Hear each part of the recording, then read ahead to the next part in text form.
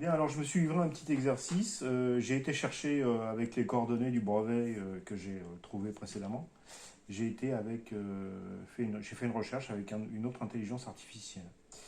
Donc ça m'a trouvé un brevet français avec un numéro qui ne correspond à rien pour la même personne, Hachem Mohamed, les mêmes dates, c'est-à-dire qu'il a été accordé en France le même jour que aux États-Unis, ce qui me paraît peu probable. Donc ça, je pense que c'est planté. En revanche, il y a un texte, et le texte dit invention concernant un générateur d'énergie utilisant la précision gyroscopique comprenant un rotor 1 monté sur un axe 2. Alors la rédaction, par contre, c'est vraiment la rédaction d'un abrégé de brevet français. Donc voilà. Donc on va se livrer à un exercice. Alors un rotor 1 monté sur un axe 2. Donc on va faire un axe 2. On va faire un rotor 1, axe 2, voilà.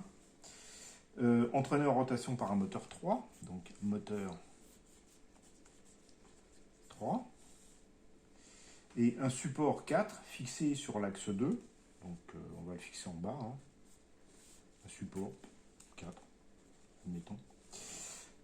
Fixé sur l'axe 2, on est d'accord, et pouvant pivoter autour d'un axe vertical 5. Alors ça, il y a un problème, je ne vois pas comment faire.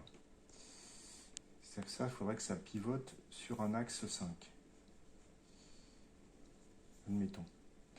Et un générateur électrique 6. Générateur électrique, ça on va l'appeler alternateur 6. Voilà. Couplé au support 4 en produisant de l'électricité à partir d'un mouvement de précession, alors on va voir plus. Le générateur d'énergie, selon l'invention, permet de convertir l'énergie cinétique de rotation 1 et l'énergie en énergie électrique utilisant un phénomène de précession gyroscopique. Donc on est bien dans les clous. Hein, qui se produit lorsque le rotor 1 est incliné par rapport à l'axe 5. Ah, incliné. Ouais, donc c'est pas ça en fait. Incliné par rapport à l'axe 5. Donc ça veut dire que on a le moteur qui entraîne via éventuellement un cardan voilà, un axe incliné. Ça c'est donc 2. Le rotor, c'est toujours le 1.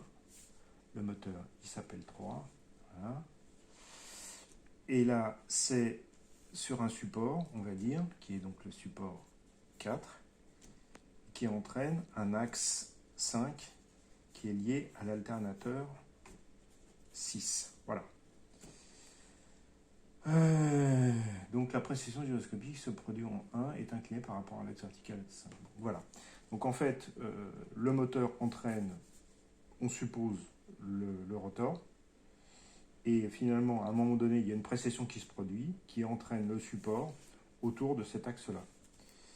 Donc ça, c'est le texte du brevet français, ce qui correspond assez bien, en fait, à la machine qu'on a pu voir dans les vidéos diverses et multiples.